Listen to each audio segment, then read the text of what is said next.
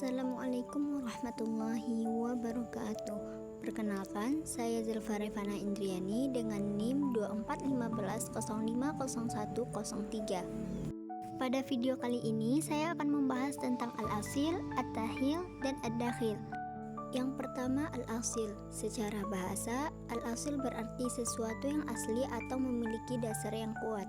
Dalam ilmu tafsir, al-asil adalah penafsiran Al-Quran yang bersumber dari dalil yang sahih seperti Al-Quran, hadis sahih, ijtihad sahabat, dan ijtihad yang sesuai dengan kaidah tafsir. Contohnya dalam Quran surah Al-Fatihah ayat 7, Siratal ladzina an'amta 'alaihim, yaitu jalan orang yang telah engkau beri nikmat kepada mereka. Ditafsirkan dengan Quran surah An-Nisa ayat 69, wa may yuti'illah wa rasul fa ulaika ma'al ladzina an'amallahu 'alaihim minan nabiyyin was-siddiqin wasyuhada'i was-shalihin. Siapa yang menaati Allah dan Rasul-Nya, maka mereka itu akan bersama-sama dengan orang-orang yang diberi nikmat oleh Allah, yaitu para nabi, para pecinta kebenaran, orang-orang yang mati syahid, dan orang-orang yang soleh.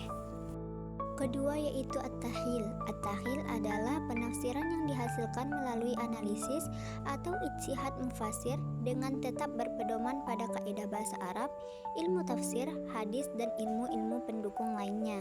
Contohnya di dalam Quran surah Az-Zariyat ayat 56, wa ma khalaqtul jinna wal insa illa liya'budun. Para mufasir menganalisis bahwa kata liya'budun tidak hanya berarti ibadah ritual, akan tetapi juga berarti seluruh aktivitas yang dilakukan untuk mengabdi kepada Allah.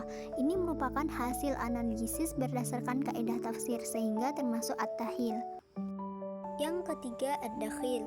Ad-dakhil adalah penafsiran yang tidak memiliki dasar yang sahih, misalnya bersumber dari hadis palsu, kisah Israiliyat yang tidak jelas, atau penafsiran yang dipengaruhi hawa nafsu dan kepentingan tertentu. Contohnya, kisah-kisah yang merinci nama atau warna anjing Ashabul Kahfi tanpa dalil yang kuat termasuk informasi yang tidak dapat dijadikan dasar utama dalam tafsir.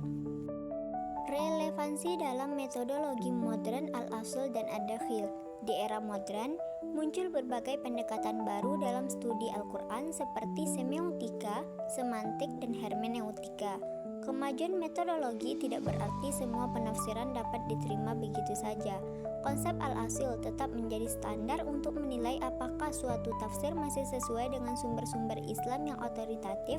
Sebaliknya, konsep ad-dakhil menjadi alat untuk mengkritisi penafsiran yang terlalu bebas hingga mengabaikan konteks ayat, bahasa Arab, maupun hadis sahih.